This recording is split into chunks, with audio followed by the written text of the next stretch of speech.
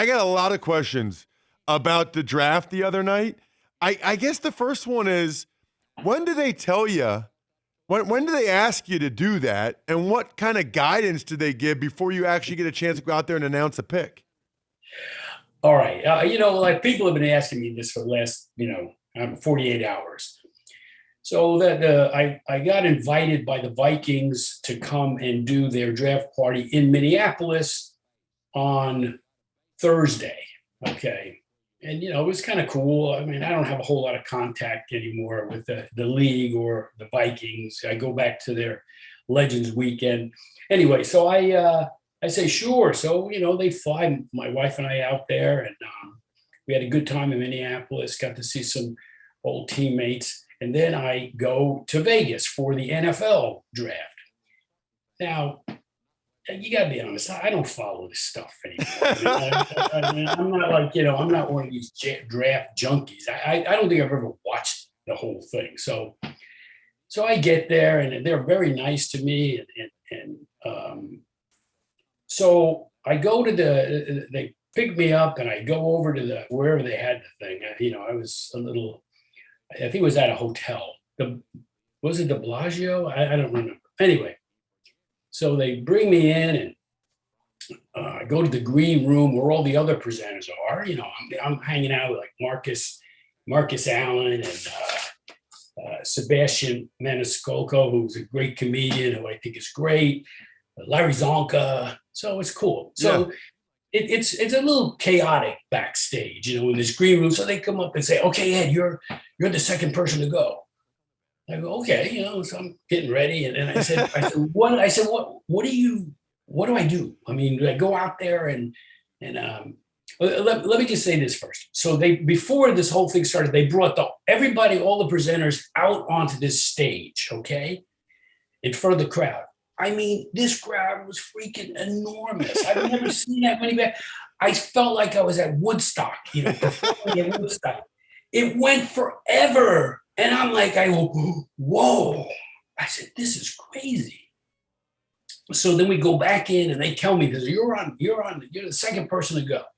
So I go, okay. So I'm getting ready. And then my son texts my wife and say, "Dad's not going on next. The Vikings just traded their pick." So I go, okay. So then they come out and said, "You're not going on next." I said, "So when am I going to go on?" I said, "Well, it'll probably be like an hour." I said, okay. So I go backstage. I have a brew or two, I'm talking to everybody, and having a good old time. And again, there's all this, and these people with headphones are walking around. I go, "Excuse me.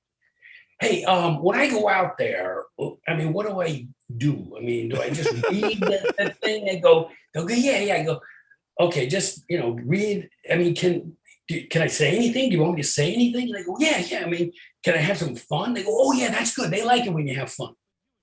Okay. Now, no one said to me, "Hey, Ed, you got 60 seconds.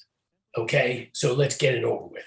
Do what you do, blah, blah, blah." No one said anything to me. And you know what? I asked multiple times, "What do I do?" And no one can give me a definitive answer. And I'm not watching what the other people are doing. I didn't even, they had TVs. I couldn't hear what the other presenters were doing. So Right.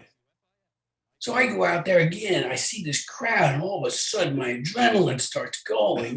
Look, I've been in the entertainment business for 40 years, okay? This is my dream come true, I mean, I'm looking out there, and I see them, and they're cheering and yelling, and I just got, so I'm having fun. I'm going to have some fun.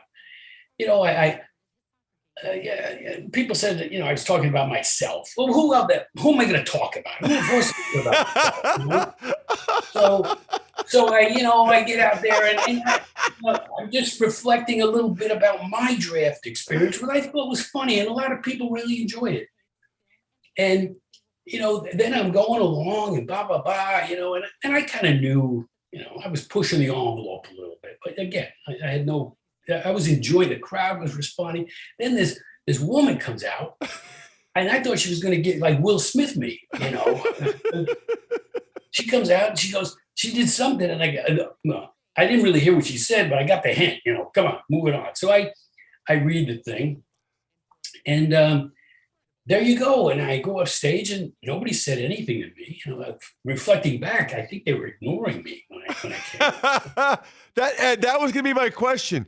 What was the reaction afterwards when you walked up? Because you knew that she came out and kind of cracked the whip. So when you went in there, and nobody say anything to you? They just kind of like looked the other way. Yeah, I was in my own little world at that point, and I thought I did good. Man. Wow, I thought you did too. There. I thought it was Here's amazing. no, I thought it was hilarious. I know. The funny part was, and I don't know if you could hear it, but when she came out and did the whole thing, the crowd booed her. They booed her. Again, this was happening all so fast. Well, hold on, Ed, question. Do you think they were booing her, or do you think they were booing you? No, they weren't booing me. They weren't booing me. You know what? What's funny is, I probably several of the people out there were Blue Mountain State fans. Guys in their 20s and 30s. Yeah, former TV show you were on. Yeah, and they were drunk, and they wanted something. I mean, go Goats.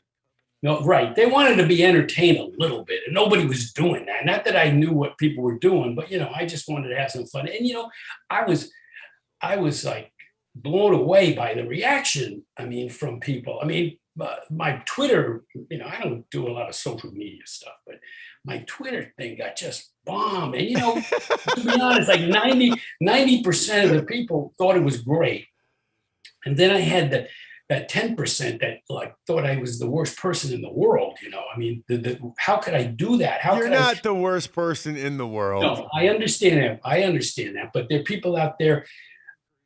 Again, I had never been in any like Twitter wars, but people coming after me, like insulting me. One guy said, called me a D-list actor. And I'm at least a C-list actor. I'm not a D-list actor.